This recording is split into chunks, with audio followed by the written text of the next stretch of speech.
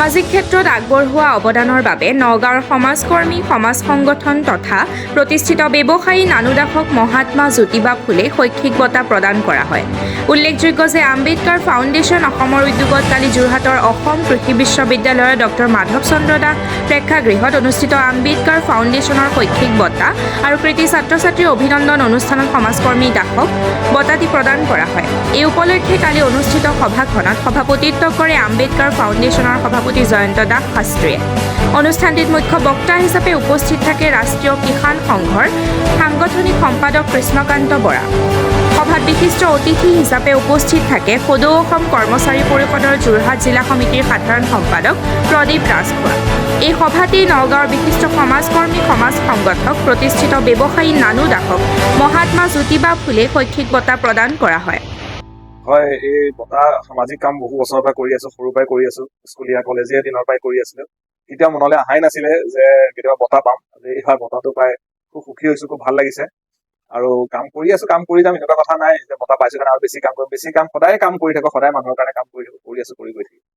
নতুন প্ৰজন্ম উশৃংখল আজিকালি বিশেষকে দুটা কাৰণত হৈছে। এটা হ'ল ড্ৰাগছ, মদৰ সেইটো কমিয়ে গ'ল, মদতকে আজিকালি ড্ৰাগছ বেছিকে সোমাইছে।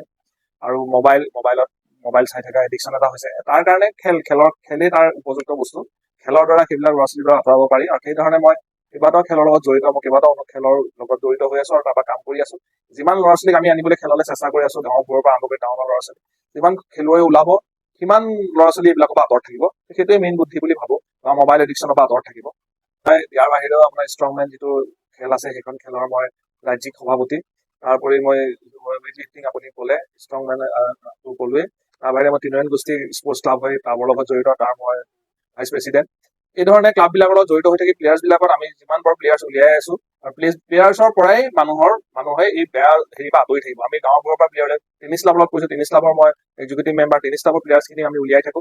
খেলৰ দ্বাৰাই এই বেয়া বস্তুৰ পৰা আঁতৰি থাকিব বুলি মই আশা কৰোঁ। আৰু আমি সেইবিলাক প্ৰমোট কৰি থাকো, খেল পাতি থাকো, গাঁৱে গৈ থাকো, তাত খেল পাতি থাকো। শংকৰ মিছনত আজি বহু বছৰ পুৰণা শংকৰ মিছন সকলোৱে চিনি পায়, গোটেই অসমতে চিনাকি শংকৰ মিছন।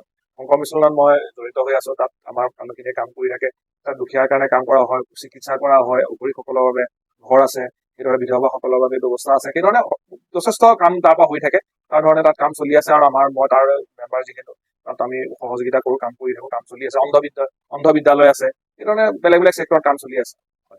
সমাজখনত এইটোৱে কওঁ যে নতুন প্ৰজন্মৰ কাৰণে মই এইটোৱে থাকে, বা সমাজৰ মানুহখিনিৰ কাৰণে মই এইটোৱে অনুৰোধ কৰো যে মানুহক মৰম কৰিব লাগে।